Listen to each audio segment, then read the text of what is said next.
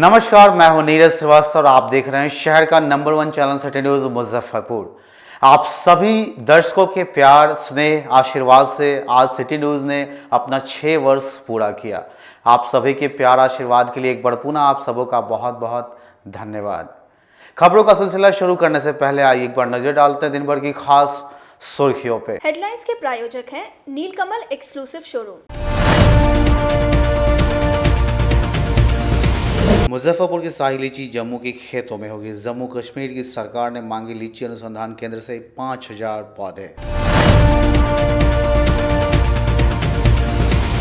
जुड़न Chhapra road स्थित मंदिर को हटाने का निगम प्रशासन ने दिया अल्टीमेटम, स्थानीय लोग हुए आक्रोशित। और इमली चट्टी स्थित गुजराती मोहल्ले में दहेज मुक्त 9 जोड़ियों की हुई शादी। तो ये थी आज की सुर्खी और अब खबरें विस्तार से। जिले की शान शाही लीची अब जम्मू में भी अपनी मिठास बिखेरेगी। जम्मू कश्मीर सरकार ने लीची अनुसंधान से 5000 पौधों की मांग की है। अब जम्मू के बागों में मुजफ्फरपुर की शाही लीची के पौधे लहलहाएंगे। जम्मू सरकार ने जिले के शाही लीची की खेती को प्रोत्साहित करने का फैसला किया है। वहां का उद्यान विभाग लीची के इन पौधों को लगाने का विशेष अभियान शुरू करने जा रहा है। इसके लिए जम्मू सरकार ने पूसा स्थित बिहार कृषि विश्वविद्यालय से शाही लीची के 5000 पौधे खरीदने की इच्छा जाहिर की है। जम्मू सरकार ने बिहार कृषि विश्वविद्यालय से आम व लीची के पौधों की मांग की है। कृषि विश्वविद्यालय इसकी व्यवस्था में जुट गया है। कृषि विश्वविद्यालय ने मुजफ्फरपुर के मुशहरी में स्थित लीची अनुसंधान केंद्र को मेल भेजकर सरकारी स्तर पर लीची के 5000 पौधों की मांग की है। जल्द ही जम्मू कश्मीर में भी बिहार की लीची और आम की खेती वहां के खेतों में देखने लगेंगे। राष्ट्रीय लीची अनुसंधान केंद्र के निदेशक डॉक्टर शेषधर पांडे के अनुसार जम्मू कश्मीर राज्य में 3 क्लाइमेट जोन हैं। 2 जोन में इस पौधों की खेती के लायक मौसम है। वैसे भी पंजाब और उससे सटे जम्मू के इलाके में आम की खेती पहले से भी होती है, लेकिन वहाँ की अब पहली पसंद मालदा आम और शाही लीची हो गई है। इसका मुख्य कारण यह भी है कि जम्मू के कृषि सचिव MK चौधरी बिहार में दरभंगा जिले के रहने वाले हैं। दरभंगा और मुजफ्फरपुर में मालदा के साथ शाही लीची की भी खेती होती है। ऐसे में उन्होंने यह पहल की है ना कि थोड़ा जो कश्मीर का एरिया है, पंजाब के 1-2 ज़िले हैं, होशियारपुर, पठानकोट, उन ज़िलों में लीची की खेती पहले से भी हो रही है। ऐसा नहीं है कि नहीं हो रही है, लेकिन अभी जो नई हमारी जो और वेराइटीज़ हैं, जैसे वहाँ 1-2 वेराइटी का है, शाही है, चाइना हिंद के उसके हैं पौधे, तो सरकार के लेवल पर जो है जम्मू कश्मीर के जो सरकार के स्टेट गवर्नमेंट के लेवल पर यहाँ से हमारी जितनी वेराइटी हैं उनके पौधे को लगभग 2000 पौधे वहाँ से उनकी डिमांड आई है। उन लोगों चूँकि अभी ठंडी का मौसम है, इस नाते लगाने का उचित समय नहीं है, तो इस नाते जो है फरवरी के महीने में वो पौधे सप्लाई किए जाएंगे। पैसा वगैरह हम लोगों के पास आ गया है, उनकी डिमांड आ गई है, पौधे उनके रिजर्व हो गए हैं और जो फरवरी में जो है मौसम थोड़ा अनुकूल होने के बाद वो प्लांटेशन वहाँ की जाएगी और मदर प्लांट के रूप में वो इस्टेब्लिश्ड होगी नर्सरी, जहाँ से वो खुद अपना प्रोपोगेशन करके फिर आगे के लिए जो डिमांड है वो वहीं से पूरी होने का प्रयास करेंगे। जुड़न छपरा स्थित मंदिर को 15 दिनों के भीतर हटाए जाने को लेकर निगम प्रशासन द्वारा दिए गए नोटिस के बाद स्थानीय लोग आक्रोशित हुए। शहर को जाम मुक्त कराने को लेकर जिला प्रशासन की ओर से पिछले कई दिनों से लगातार अतिक्रमण हटाओ अभियान चलाया जा रहा है। शहर के कई सड़कों को अतिक्रमण मुक्त करवाया गया, जबकि अभी भी कई ऐसे चौक व सड़क है जहां से अब तक अतिक्रमण मुक्त नहीं कराया गया है। कंपनी बाग रोड स्थित झुन्नू शाह के मजार और जुड़न छपरा चौक स्थित 2 मंदिर सड़क पर होने के कारण अभियान को उधर रोक पुजारी व सेवैत को नोटिस थमा दिया गया है, जिसमें 15 दिनों का अल्टीमेटम दिया गया है। नोटिस जारी होने के बाद शहर के युवाओं ने मोर्चा खोल दिया है। मंगलवार को जुड़न छपरा चौक स्थित मंदिर के बाहर युवाओं ने निगम प्रशासन के खिलाफ प्रदर्शन करते हुए अपना विरोध जताया। मंदिर के पुजारी व युवाओं का कहना है कि मंदिर को हटाने से पहले स्थायी किया जाए, नहीं तो बड़ा आंदोलन होगा। मंदिर हटाने का है, नगर निगम वाले रोड चौड़ीकरण कर रहे हैं, स्मार्ट सिटी बन रहा है। स्मार्ट सिटी बने, विकास हो, पर मंदिर और मस्जिद को तोड़ के कोई विकास नहीं होता है। और हम लोग को पता चला है कि ये मंदिर नगर निगम तोड़वाना चाह रही है, तो ये मंदिर ना टूटे, इससे हम लोग आपस में भाईचारा में मैसेज गलत जाएगा। विकास हम लोग चाहते हैं, उन्नति चाहते हैं, मुजफ्फरपुर खुशहाली हो, लेकिन मंदिर मस्जिद तोड़ के विकास नहीं चाहिए। इसके खिलाफ में आज आप लोगों ने क्या किया? नगर निगम प्रशासन के खिलाफ क्या किया है? नगर निगम आए हैं, वो नपैया किए हैं, वो बोले हैं कि इसमें मंदिर रोड साइड में है, ये टूटा जाएगा। और जो यहाँ के जो भी लोकल स्थानीय मेरे दोस्त, मेरे युवा साथी लोग हैं, वो हमको खबर किए हैं कि ये मंदिर के लिए आवाज़ उठाए। और मैं आप लोग को प्रेस माध्यम, चैनल माध्यम से बोलना चाहता हूँ कि अगर नगर निगम अपने बात पे अड़ी रहे कि मंदिर टूटेगा, मैं मुस्लिम समाज से बिलोंग करता हूँ, मैं सबसे पहले आगे खड़ा रहूँगा, एक हथौड़ी भी इस पर नहीं चलने दूँगा। हो सके इससे ज़्यादा बड़ा आंदोलन करना पड़े तो हम करके रहेंगे। मंदिर के लिए कह रहे हैं कि जाम लगता है, फलना लगता है, चिकना लगता है, स्मार्ट सिटी में जाएगा, मंदिर से अवरुद्ध होता है। तो हम चाहते हैं कि मंदिर से अवरुद्ध होता है तो मंदिर को हटाया जाए, हट जाए, कोई दिक्कत नहीं है, लेकिन इसी जगह पर कहीं पर स्थान दिया जाए। हम तो पुजारी हैं, हमको पूजा करना है, इस जगह पर होगा तो पूजा होगा, जहाँ भी रहेंगे वहाँ पूजा करेंगे हम। बारिश खत्म हुए महीने बीत गए, लेकिन अभी भी शहर के कई इलाकों में जलजमाव से लोग परेशान है। देखिए रिपोर्ट। बारिश खत्म हुए कई महीने बीत चुके हैं, लेकिन आज भी शहर के कई गली मोहल्लों में जलजमाव के कारण पानी काला पड़ चुका है। स्थानीय लोगों को जब भय लगने लगा है कि न जाने कब किसको कौन सी बीमारी हो जाए।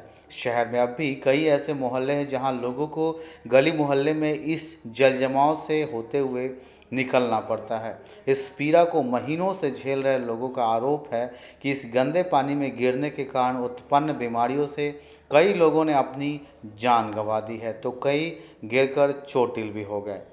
लोगों का कहना है कि इसकी शिकायत स्थानीय वार्ड पार्षद से लेकर निगम के अधिकारियों के पास कई बार की जा चुकी है, लेकिन कोई सुनने को तैयार नहीं है। हर मोहल्ले में जल जमाव है, इसके लेकर के हम लोग को बहुत कष्टों का सामना करना पड़ता है। और जब भी हम लोग इधर से गुजरते हैं तो बीच में खाई हो चुकी है, जिसके कारण हम लोग पलट जाते हैं और कई गाड़ी बीच में फंस जाती है, आदमी नाले में गिर जाते हैं। और बीमारी सबसे ज़्यादा यहाँ पे डर सता रही है, लोगों को बीमार होता है तो मृत्यु भी हो गई है कई लगभग 5 साल से। और सालों भर इस रोड पे पानी लगी रहती है, कभी नहीं सूखता है। पार्षद कहते हैं जो पानी लगा हुआ है तो उसको हम क्या करें, वो आश्वासन देते रहते हैं। विधायक जी के पास गए, ये नगर निगम में जाके हम लोग कई बार आवेदन सभी जगह दे दे के थक चुके, लेकिन कोई कार्रवाई नहीं हो पा रही। समस्या तो 5 सालों से चला आ रहा है, तो अभी प्रशासन थोड़ा सा हाथ लगाया है, देखिए काम होगा तब तो। समस्या क्या है? समस्या जल जमाव है, ड्रेनेज का समस्या है। क्या भय लगा रहता है आप लोगों के भीतर? भय हर समय कोई ना कोई इसमें गिरता ही है। कितने बच्चे का मोबाइल इसमें चला गया, साइकिल मोटरसाइकिल वाले जब कभी भी एक्सीडेंट होते रहते हैं।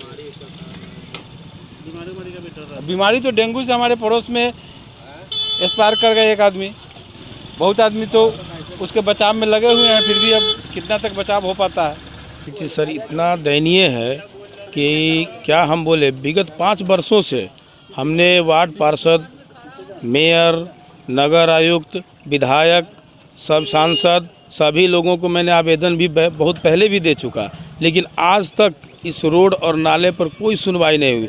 5 वर्षों से ये जल जमाव की स्थिति बनी हुई है और यहाँ डेंगू से कितने लोग बीमार हुए, कितने लोगों की जान चली गई। ये मुजफ्फरपुर नगर निगम को सूझ नहीं है, सिर्फ खाना पूर्ति आश्वासन देते हैं कि ठीक है कल करवा देते हैं, परसों करवा देते हैं, लेकिन आज तक 5 साल में नहीं हुआ। और मैंने बहुत प्रयास किया, लेकिन सर ये जल जमाव और डेंगू से कोई ऐसे व्यक्ति की मौत है? ये मेरी खुद वाइफ डेट की है 12 सितंबर को। मैंने मुजफ्फरपुर प्रशांत में एडमिट किया, यहाँ से फिर रेफर होकर पटना एशियन सिटी हॉस्पिटल में एडमिट हुई, वहाँ उसकी 12 तारीख को डेथ हुई सितंबर में। ठीक है, इस डॉक्टर बोले कि इनको डेंगू है, डेंगू माने भयावह डेंगू है, जिसके कारण मैंने इनको इलाज चल रहा है, लेकिन इसी इलाज चलने के कारण उनकी मृत्यु हो गई पटना एशियन सिटी हॉस्पिटल में। और मैंने फिर बाद में हमारी वाइफ डेट करने के बाद में भी मैंने फुल प्रयास किया कि ताकि मेरे जो हाल मेरे घर को हुआ और किसी लोगों को ये बीमारी झेलना न पड़े। NH57 केवटसा चौक के समीप 2 ट्रक के बीच आमने सामने की जबरदस्त टक्कर हुई, जिसमें लोग बाल बाल बचे। मुजफ्फरपुर दरभंगा NH57 पर केवटसा चौक के समीप तेज रफ्तार का कहर देखने को मिला, जहां दो ट्रक के बीच सामने सामने की टक्कर हुई। वहीं तीसरी ट्रक जिस पर बांस लदा था वह नहीं आया किसी ट्रक के संपर्क में, वरना बड़ा हादसा हो सकता था। घटना के बाद कुछ देर के लिए उक्त जगह पर अफरा तफरी का माहौल बन चुका था। हालांकि इस दुर्घटना में ट्रक क्षतिग्रस्त हुआ है, लेकिन किसी के भी हताहत होने की खबर सामने नहीं आई है। वहीं सूचना पर पहुंची बेनीबाद OP पुलिस ने ट्रक को सड़क किनारे करवाकर आवागमन शुरू करवाया। NH57 पर टक्कर हो जाने की वजह से पल भर के लिए जाम की स्थिति बन गई थी, लेकिन पुलिस ने मोर्चा संभालते हुए ट्रक को साइड करवाया। मामले में बेनीबाद OP प्रभारी अनिल कुमार ने बताया कि पुलिस मौके पर पहुंचकर आगे की कार्रवाई में जुटी है। जिला प्रशासन शहर को जाम से निजात दिलाने में विफल साबित हो रही है। प्रत्येक दिन लोग शहर में जाम की समस्या से परेशान रहते हैं। शहरवासियों को जाम की समस्या से मुक्ति नहीं मिल पा रही है। प्रतिदिन जाम की समस्या से लोगों को परेशानियों का सामना करना पड़ रहा है। शहर का कोई भी सड़क ऐसा नहीं है जहां जाम की समस्या से लोग परेशान नहीं हैं। सड़क किनारे 2 पहिया व 4 पहिया वाहनों को खड़ा करना जाम का प्रमुख कारण है। इस समस्या पर नगर प्रशासन एवं जिला प्रशासन द्वारा इस ध्यान नहीं दिया जा रहा है। शहर में न तो पार्किंग की व्यवस्था है और न ही ट्रैफिक की। मंगलवार को जुरन छपरा सरैयागंज टावर चौक पर पुलिस बल को जाम हटाने में काफ़ी मशक्क़त करनी पड़ी। सड़कों पर गाड़ियों की लंबी कतारें खड़ी हो गई और लोग जाम में परेशान होते रहे। अन्य जगहों पर रुक रुक कर जाम से लोग पूरे दिन परेशान दिखे। मिनटों का सफ़र घंटों में तय करने को लोग मजबूर हो रहे हैं। इतनी बुरी स्थिति है कि 2 किलोमीटर चलने के लिए 2 घंटे का समय लग जाएगा या कितना समय लग जाएगा, इसकी कोई ठिकाना नहीं है। और ये जबकि सरकार और प्रशासन से बार बार मांग किया गया है कि जाम की व्यवस्था के निजात का उपाय किया जाए। सरकार जो है अतिक्रमण हटा रही है, लेकिन बड़े बड़े लोगों की गाड़ियां जो है गलत जगह पर लगे हुए लगातार 3 घंटे 4 घंटे तक रहती है, जिसके वजह से जो है ये जाम बहुत ज़्यादा लग जाता है। और ये प्रशासनिक व्यवस्था जो है, जो नो एंट्री में जिधर नहीं जाना चाहिए लोगों को उधर जा रही है, और वो जो है मुख्य दर्शक बना हुआ रहता है, जिसके वजह से भी ये जाम बहुत ज़्यादा लग रहा है और लोगों को काफ़ी परेशानी हो रही है। यहाँ तक कि मरीज़ मर जा रहे हैं इलाज के बिना वो जगह पर पहुँच नहीं पाने के कारण। लेकिन सरकार और प्रशासन इसके लिए एक्टिव नहीं है। साथ ही कोरोना महामारी के तीसरे चरण की बात सरकार के द्वारा कही जा रही है, लेकिन इसके लिए कोई सावधान नहीं है। ये कोरोना महामारी को आमंत्रण दिया जा रहा है इस तरह के जाम को ठीक नहीं करके। सिटी न्यूज़ में फिलहाल वक्त हो चला एक छोटे से ब्रेक का, तो फौरन मिलते हैं, कहीं मत जाइए, बने रहिए सिटी न्यूज़ के साथ। पानी टंकी स्थित वीवो एक्सक्लूसिव शोरूम में त्योहार के मौके पर मोबाइल की खरीदारी करने पर एक से बढ़कर एक उपहार दिए जाने की व्यवस्था है। 10 से 15 हजार की खरीदारी पर मेटल ईयरफोन, 15 से 25 हजार की खरीदारी पर वीवो बैग और 25 हजार से ऊपर की खरीदारी पर हेल्थ बॉन्ड दी जाएगी। तो एक बार हमारे यहाँ अवश्य पधारें। वीवो एक्सक्लूसिव शोरूम, पानी टंकी चौक। जो फिनांस की सुविधा में जेस्ट मनी भी फिनांस करती है। एक अच्छी बात यह है कि इंडिया के नागरिक होने के नाते आपको कहीं के भी नागरिक हैं, आपको यहाँ भी फिनांस मिलेगा जेस्ट मनी के माध्यम से। ये एक बेहतर बात है। अगर आप कहीं के भी रहने वाले और मुजफ्फरपुर में आप मोबाइल खरीदना चाहते हैं, आपके पास आधार या डॉक्यूमेंट दूसरे जगह का है, फिर भी हमारे यहाँ आपको जेस्ट मनी के माध्यम से आपको फिनांस की सुविधा मिलेगी। पहले ये सुविधा नहीं थी और बहुत जगहों पर ये सुविधा अभी भी नहीं है। ये हमारे शोरूम में आपको मिल पाएगा। अब आ गया है आपके अपने शहर में उत्तर बिहार का पहला नीलकमल एक्सक्लूसिव शोरूम। नीलकमल इंडिया की फेवरेट फर्नीचर ब्रांड है। इस कंपनी के सभी रेंज एक ही छत के नीचे आपको मिलेगी। होम फर्नीचर, ऑफिस फर्नीचर की सभी रेंज यहाँ पे उपलब्ध है। कंपनी का एक्सक्लूसिव शोरूम होने के कारण 40% तक की विशेष छूट यहाँ मिल रही है। इसके अलावा 0% इंटरेस्ट के साथ बैंक से फाइनेंसिंग की भी सुविधा उपलब्ध है। तो देर मत कीजिए, एक बार हमारे यहाँ अवश्य पधारें।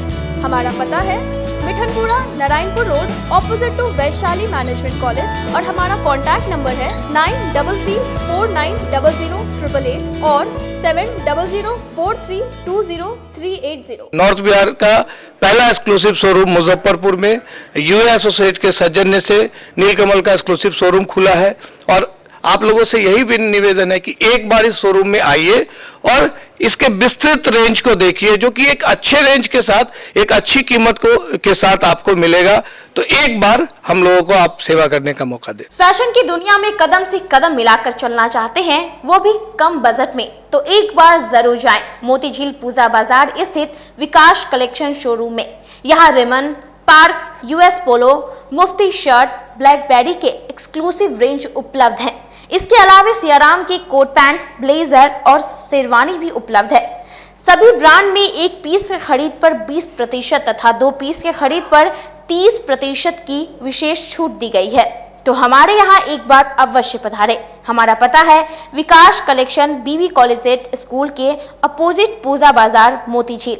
हमारा संपर्क नंबर है 9835104722।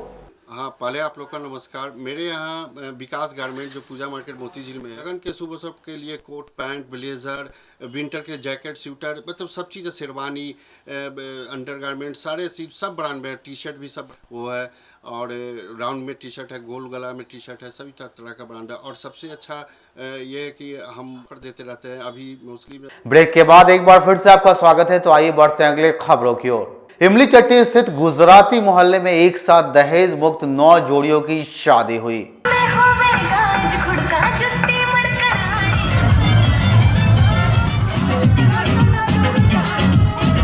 कहते हैं खुशियां कभी भी धन दौलत की मोहताज नहीं होती। ऐसा ही एक नज़ारा देखने को मिला शहर के इमली चट्टी स्थित स्लम एरिया में होने वाली 9 जोड़ी शादी में, जहां के रहने वाले लोग करीब 6 दशक पहले रोजी रोटी की तलाश में गुजरात से मुजफ्फरपुर आ गए थे, जिसके बाद से अब तक औरत और मर्द अपनी आजीविका के लिए लोगों के घर घर घूमकर पुराने कपड़ों को बदलकर लोगों के बर्तन धोते हैं और किसी तरह अपना जीवन यापन करते हैं। ऐसी स्थिति में इस महंगाई के दौर में अपनी बेटियों की शादी के बारे में सोचना भी एक बहुत बड़ी समस्या होती है, जिसका निदान इन लोगों के द्वारा कुछ इस तरह निकाला गया कि ये लोग अपने मोहल्ले के सभी विवाह योग्य लड़कियों की शादी एक साथ करते हैं, जिससे एक परिवार पर पड़ने वाला बोझ कम हो जाता है और शादी के सारे खर्च सभी मिलकर उठा लेते हैं और कम खर्च में शाही अंदाज में शादी की जाती है।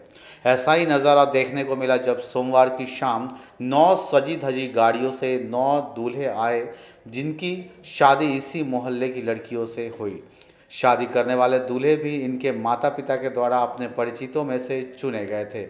ये सभी दूल्हे आसाम, उत्तर प्रदेश और पश्चिम बंगाल से थे, जिनकी धूमधाम से बारात आई और खूब नाच गाने के साथ शादी हुई, जिस दौरान पूरे मोहल्ले को दुल्हन की तरह लाइटों से सजाया गया और सभी महिलाओं और युवकों द्वारा डांस का अद्भुत नज़ारा देखने को मिला।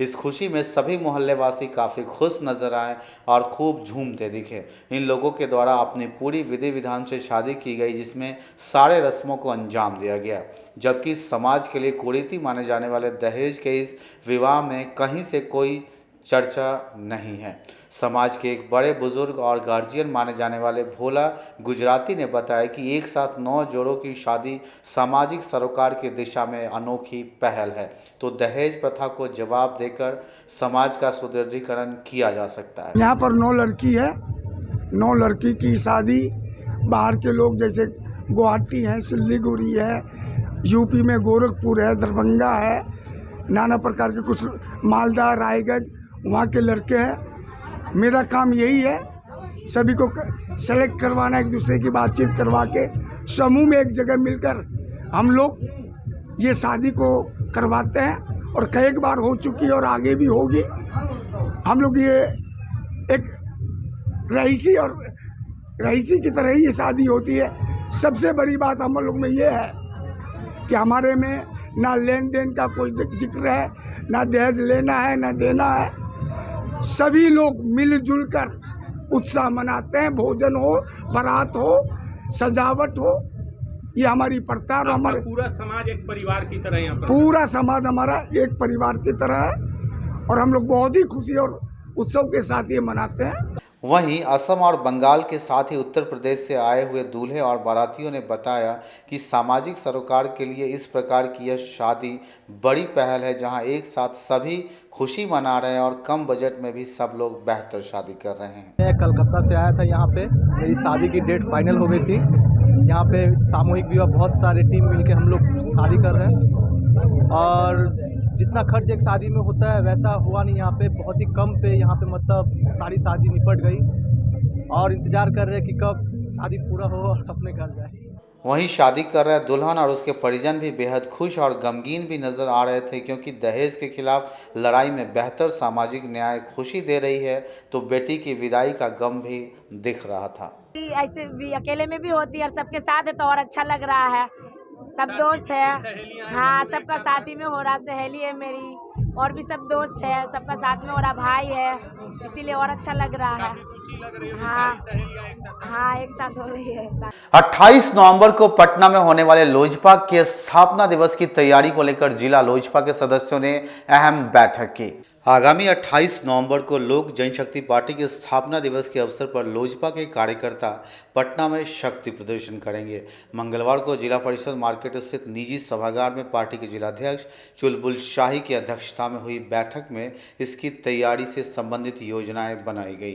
बैठक में पार्टी के सभी पूर्व प्रत्याशी, प्रखंडों के अध्यक्ष और लोजपा कार्यकर्ता उपस्थित रहे। वहीं जिलाध्यक्ष ने बताया कि स्थापना दिवस पर प्रदेश भर में कार्यकर्ता पटना आएंगे, जिसकी तैयारियों को लेकर बैठक में चर्चा की गई है। का जो बैठक है वो आगामी 28 नवंबर को हमारे पार्टी का स्थापना दिवस है। पटना के बापू सभागार में जो हर वर्ष मनाई जाती है और उसी संदर्भ में आज मुजफ्फरपुर जिले के सभी सम्मानित लोक जनशक्ति पार्टी रामविलास परिवार के सभी सदस्य आज हम लोग यहाँ उपस्थित हुए हैं और हजारों हजार की संख्या में यहाँ से 101 गाड़ी के साथ हम लोग पटना 28 नवंबर को यहाँ से प्रस्थान करेंगे। साथ ही अभी हम लोगों ने कुछ प्रखंडों में अपना प्रखंड अध्यक्ष का भी नियुक्ति किए हैं। नवनिर्वाचित प्रखंड अध्यक्ष बनाए गए हैं जो अपने अपने प्रखंडों में जाकर पार्टी को मजबूत करने का काम करेंगे। बिहार छात्र संघ के सदस्यों ने छात्रों की कई समस्याओं को लेकर विश्वविद्यालय परीक्षा नियंत्रण से मुलाकात कर ज्ञापन सौंपा। मंगलवार को बिहार छात्र संघ के सदस्यों ने विश्वविद्यालय के परीक्षा नियंत्रण से मुलाकात कर ज्ञापन सौंपा। इस दौरान संगठन के अध्यक्ष गौतम सिंह, विश्वविद्यालय अध्यक्ष अवनीश, राहुल, निहाल कुमार, प्रिंस कुमार, हिमांशु कुमार, सौरभ कुमार सहित कई अन्य सदस्य मौजूद रहे। संगठन के सदस्यों ने परीक्षा नियंत्रण से मुलाकात के बाद परीक्षा को लेकर बातचीत भी की। आपको बता दें कि पार्ट 3 का 2018-21 परीक्षा फॉर्म भरा जा रहा है, जिसमें हज़ारों छात्रों का रिजल्ट पेंडिंग है। साथ ही इसमें से सैकड़ों छात्र प्रमोटेड है, जिसका परीक्षा फॉर्म भरना ज़रूरी है, उसे परीक्षा फॉर्म नहीं भरने दिया जा रहा है। इन्हीं सब समस्याओं को लेकर बिहार छात्र संघ के सदस्यों ने परीक्षा नियंत्रण से मुलाकात की। बिहार छात्र संघ की टीम बहुत सारे छात्र छात्राओं की समस्या थी जो पार्ट 3 का फॉर्म भरा है।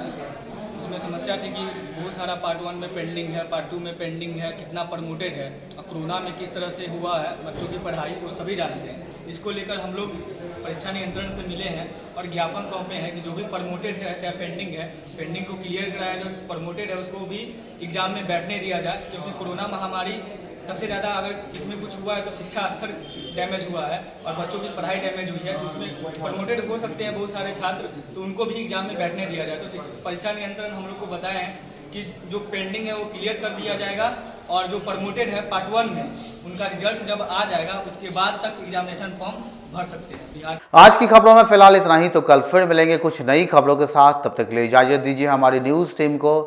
नमस्कार।